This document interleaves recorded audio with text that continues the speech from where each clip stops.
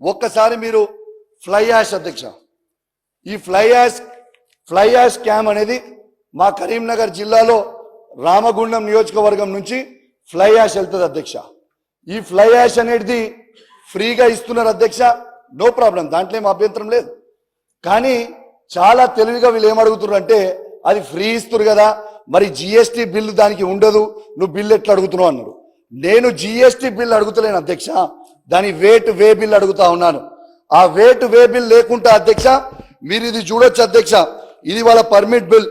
దీంట్లో క్వాంటిటీ ఎంత క్వాంటిటీ ఉన్నది అనేది దీంట్లో చెప్పకుండా, దీంట్లో ఏమి రాయకుండా దానికి అవుట్ పాస్ సిగ్నేచర్ అయి ఉండి బయటకు వస్తుంది అధ్యక్ష. మన ఆర్టీఏ నామ్స్ ఏమున్నాయి అధ్యక్ష, 16 టన్నుల లారీ 34 టన్నులు 16 టైర్ల లారీ 34 టన్నులు తీసుకొని వెళ్ళాలి, 14 టైర్ల లారీ 29 టన్నులు తీసుకుపోవాలి, 12 టైర్ల లారీ 25 టన్నులు తీసుకొని పోవాలి అధ్యక్ష.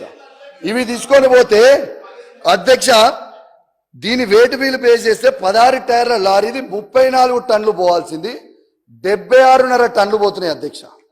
కేసీఆర్ సాధ్యమే, ప్రూఫ్ చూపిస్తున్నా boss, this is the proof చూపిస్తున్నా అధ్యక్ష.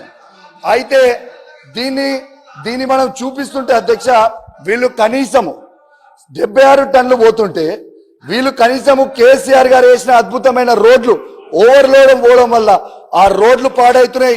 ఆ ఫ్లై యాష్ ఓవర్లోడ్ పోయి రోడ్ల మీద పడితే కింద పడి ప్రజల ప్రాణాలు పోతున్నాయి అధ్యక్ష. నేను మీకు ఎగ్జాంపుల్ ఇంకోటి కూడా చెప్తాను అధ్యక్ష. ఈ లారీలు అధ్యక్ష, ఈ లారీలు మేము హుజరాబాద్ లో 13 లారీలు ఓవర్లోడ్ లారీలు మేము ఆపితే అధ్యక్ష, మా కార్యకర్తలు ఆపితే ఈ ఓవర్లోడ్ లారీలకి ఏం చేసిండు అధ్యక్ష, 2 లారీలని సీజ్ చేస్తారు, 11 లారీలని మంత్రి గారు ఫోన్ చేయగానే ఇచ్చిపెడతారు. ఇది ఇది ఇది మళ్ళా తర్వాత ఓకే మంత్రి గారికి తెలియదే అనుకుందాం అధ్యక్ష. మరి ఈ 11 లారీలని నంబర్లతో సహా నేను బయట పెట్టి ఎట్లీస్ట్ పెట్టినని అడిగితే ఇవాళటి వరకు ఈ లారీలని ఎందుకు సీజ్ చెయ్యలేదు, దీని వెనుక మతలబ్ ఎవరిది ఉంది, దీని వెనుక చెయ్యి ఎవరిది ఉంది, ఇది ఒక్కసారి జవాబు చెప్పాల్సిన అవసరం మంత్రి గారికి ఉందని చెప్పి తెలియజేస్తా ఉన్నాను.